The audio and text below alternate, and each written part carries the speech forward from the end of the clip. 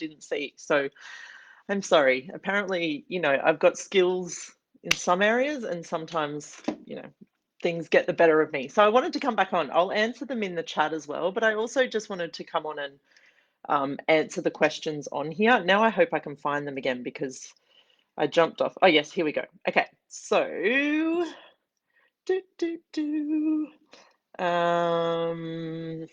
okay, so Marianne said, and I did answer this in the chat as well, but I just wanted to chat about this quickly as well. She has intensity with her teeth sometimes when there's big things going on in the world. And the earth is loud, like during an SOP session, or I don't know what a BP is, sorry. And I love I love the question here because what you're saying is that you found it truly interesting. So I gave you a couple of questions in the comments there that you can ask as well. A lot of the time our body gets intense with us when it's tried to show us something in another way and we haven't heard it.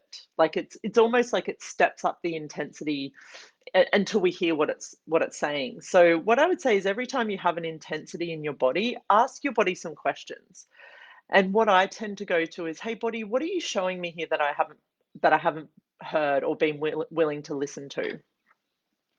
And you might not get that awareness straight away. It might be something you kind of ask and then go about your day a little bit, but then listen out for the whispers of what your body is telling you.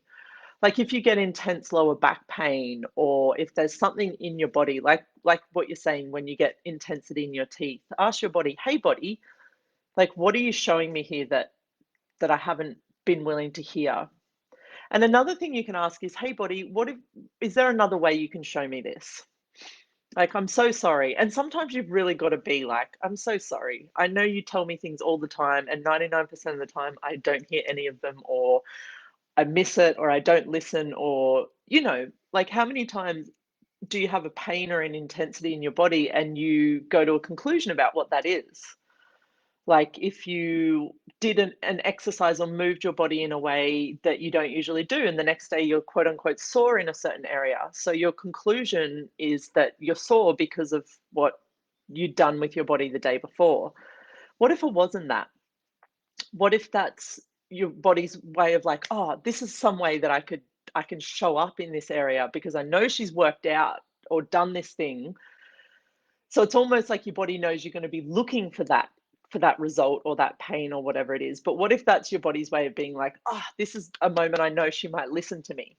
And like how many times throughout our lives so far has our body tried to tell us things and we've totally not heard it, or concluded that what it was telling us was something else? And it's going to be something that you learn as you go, and it sometimes is something that takes a while and is a muscle that you build, but it all starts with a question, and it all starts somewhere. So what if it was just a matter of starting by changing any conclusion that you have about what's showing up in your body and start asking questions? So when the intensity with your teeth comes up, like even maybe go and sit somewhere where you can have, a moment of peace and just be with your body, and put your hands on your teeth, on your face, on your mouth, and ask your body some questions. Hey body, what are you showing me here? What information are you giving me that I haven't been willing to hear until now? And if I was truly being present and listening to you right now, what would you say? What would you tell me?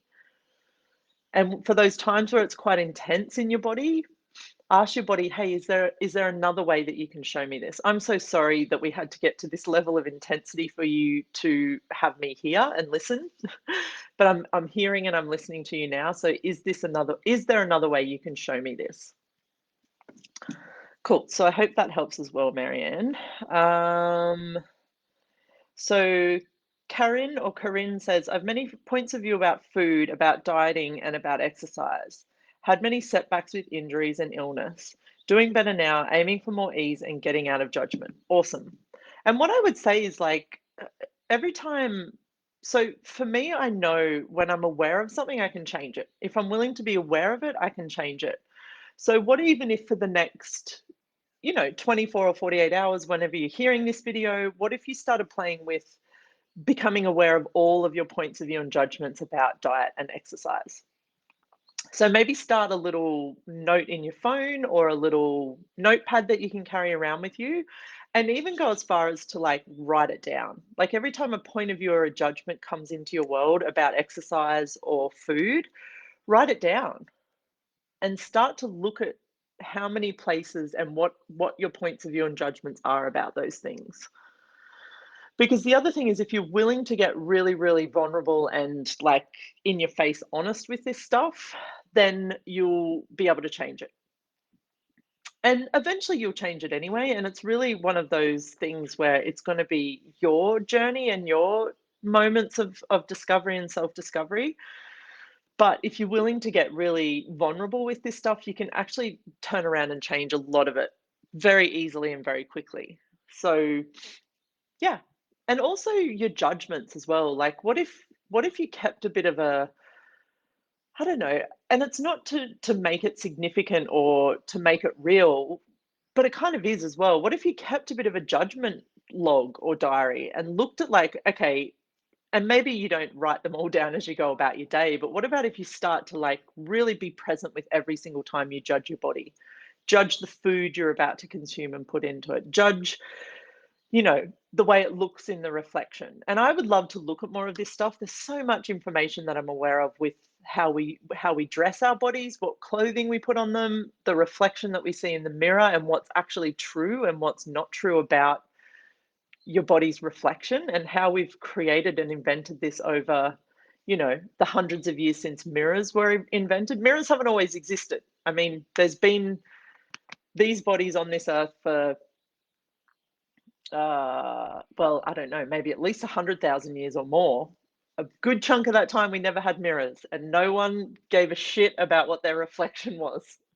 They weren't finding ponds and looking down into the pond to see, is my hair sitting correctly, and how's my gut sitting in this shirt that I'm wearing today. Like it was since the invention of mirrors that we've started to come up with this place of placing so much importance on our reflection as well. And I would love to look at more of that and starting to just destroy and uncreate and pull apart some of the places where we've totally invented what is actually real and true that isn't. So I think that was all of them. And it's so weird because if people comment, it just doesn't really show up properly here. So anyway, maybe next time I'll do the Facebook Live from my phone. Yeah, and everywhere you grew up with judgmental parents, like what if it was just willing to acknowledge that? And what if it was time to change some of that? I mean, I love my mum. I think she's in this group right now. And growing up, she judged her body a lot. And she never ever put that judgment onto me. There were other people in my life that did, but my mum never did. But she judged her body so harshly. And I watched the way that she dressed herself and exercised and did all of these things, at the time not realizing, but now when I look back, that it was really from this place that she was very, like, there was a lot of times where she wasn't super kind to her body. And I know that a lot of that's changed for her now. But where is it that you've grown up with people like that and thought that that was normal, like that's how it should be? you know and my stepdad, he was highly judgmental, and we could delve a lot into like why people do that with kids, but it might not be on this Facebook Live. It's probably something that's a little bit more yeah, intense, or maybe some information that we could look at later on down the track. But so I don't know if anyone else has commented, because basically nothing's coming up, so I'm sorry. I'll try and do better next time. I'll go and judge myself harshly now for fucking up my Facebook Lives and not doing a good job, but I won't judge my body because my body is amazing. So thank you guys. Oh, here we go. Let me see if. Oh no, I don't think there's any comments on this one. So thank you. Sorry, I will get better at this, and I hope to see you guys on another live soon. And if there's anything at all that you want to comment on, please comment here in the other video or in the Facebook group. And yeah, what if we were all creating a life that was a gift to the world? See you next time.